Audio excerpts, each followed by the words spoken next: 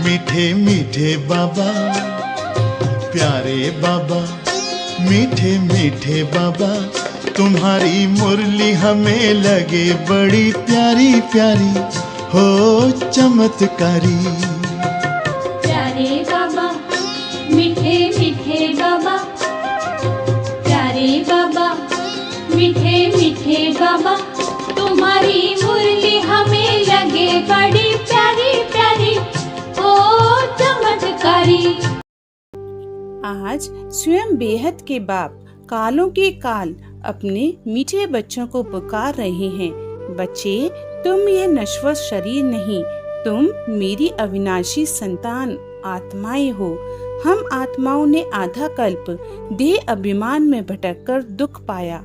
हम बच्चों को आज बाबा फिर से अपने घर और अपने सत्य स्वरूप की याद दिला रहे हैं। तो आइए बाबा की मधुर मुरली में मन बुद्धि को शांत कर गहराई से डूब जाते हैं। ओम शांति, नमस्कार, सुप्रभात मीठे प्यारे भाइयों और बहनों। आज 27 मई 2026 की मुरली में बाबा बहुत प्यार से बच्चों को समझा रहे हैं। मीठे बच्चे, कालों का काल बाबा आया है तुम्हें काल पर जीत दिलाने। देखिए, दुनिया में हर मनुष्य आत्मा किसी न किसी भय में जी रही है। कोई बीमारी से डरता है, कोई किसी के बिछड़ने से, कोई अपमान से, और सबसे बड़ा भय है मृत्यु का। लेकिन बाबा आज कहते हैं, बच्चे, तुम आत्मा हो, तुम्हारा कभी विनाश नहीं हो सकता। कितना मीठा नशा है इस ज्ञान में। हम शरीर नहीं, हम वह चमकती हुई ज्योति हैं जो इस शरीर रूपी वस्त्र को धारण कर पाठ बजा रही हैं। लेकिन आधा कल्प से आत्मा अपने को शरीर समझ बैठी है और बस यहीं से दुख शुरू हुआ।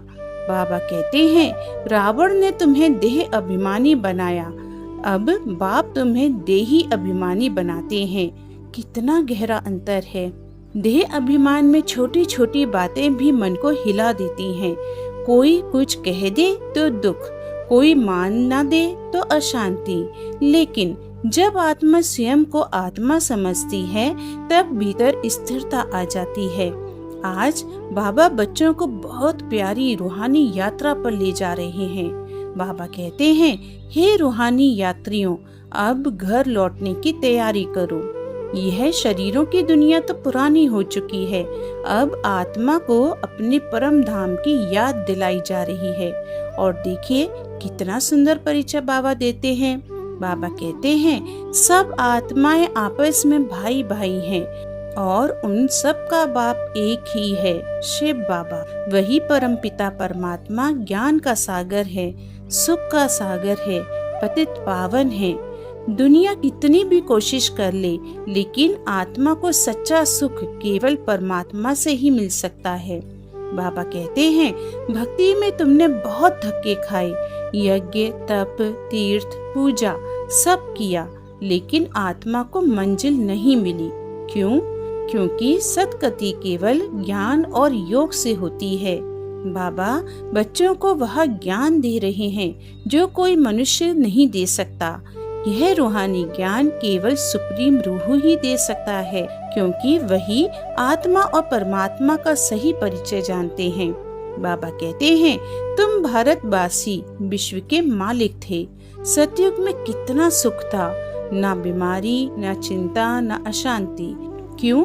क्योंकि वहाँ पवित्रता थी, और जहाँ पवित्रता होती है वहाँ शांति और संपन्नता अपने आप आती है। आज मनुष्य शांति ढूंढ रहा है, लेकिन मन में विकार भरे हुए हैं। क्रोध भी चाहिए, मान भी चाहिए, मोह भी चाहिए, और फिर कहते हैं शांति नहीं मिलती। बाबा कितनी सहज बात समझाते हैं। पहले आत्मा को पवित्र बनाओ। बाबा बताते हैं, आत्मा एक स्टार है, प्रकृति के बीच चमकने वाला सितारा। वही आत्मा एक शरीर छोड़ दूसरा शरीर लेती है और वही 84 जन्मों का पाठ बचाती है। जरा अनुभव करो, मैं आत्मा हूँ, यह शरीर मेरा वस्त्र है और मेरा बाबा मुझे पढ़ा रहा है। कितनी ऊंची भाग्यशाली स्थिति है। बाबा कहते हैं मन मना भव, अर्थात अपना मन एक बाप में लगाओ, क्योंकि मन जहाँ जाता है वैसी ही शक्ति आत्मा में भरती है। यदि मन दुनिया में गया तो अशांति मिलेगी, यदि मन शरीर में गया तो दुख मिलेगा, लेकिन यदि मन बाबा में लग गया तो आत्मा हल्की हो जाएगी। बाबा बार बार याद दिलाते हैं, मुझे याद करो।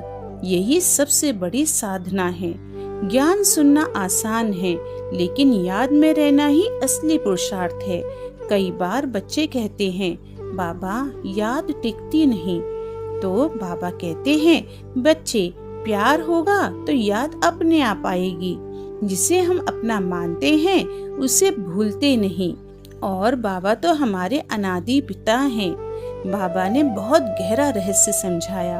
कालों का काल, संसार का हर मनुष्य काल के अधीन है।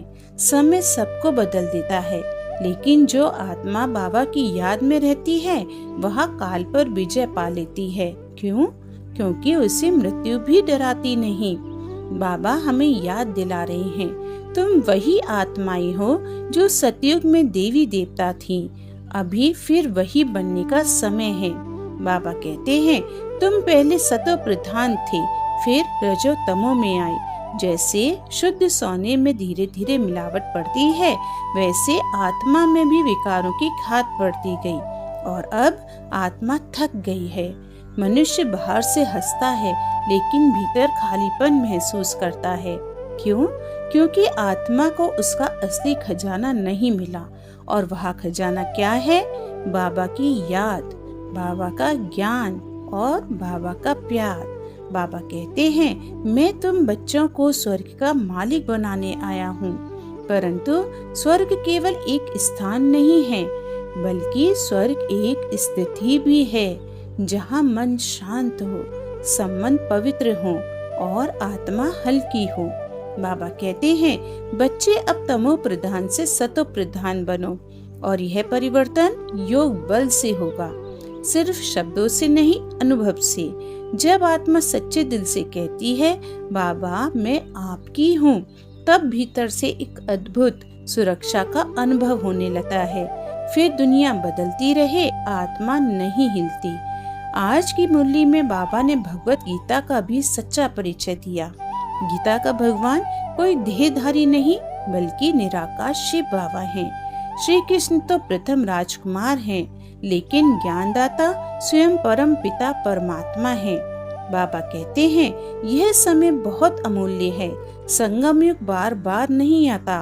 अभी बाबा स्वयं पढ़ा रहे हैं, स्वयं रास्ता दिखा रहे हैं और स्वयं हाथ पकड़कर घर ले जाने आए हैं।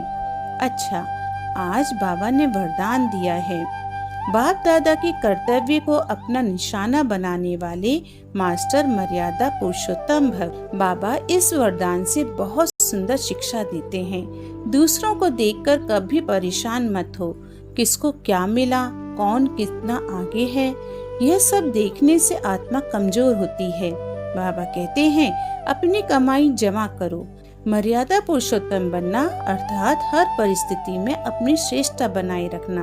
कोई कटु बोले लेकिन मेरी वाणी मधुर रहे, कोई बदल जाए लेकिन मेरा प्यार न बदले। यही ब्राह्मण जीवन की सुंदरता है। अधर्म विनाश सबसे पहले भीतर करना है।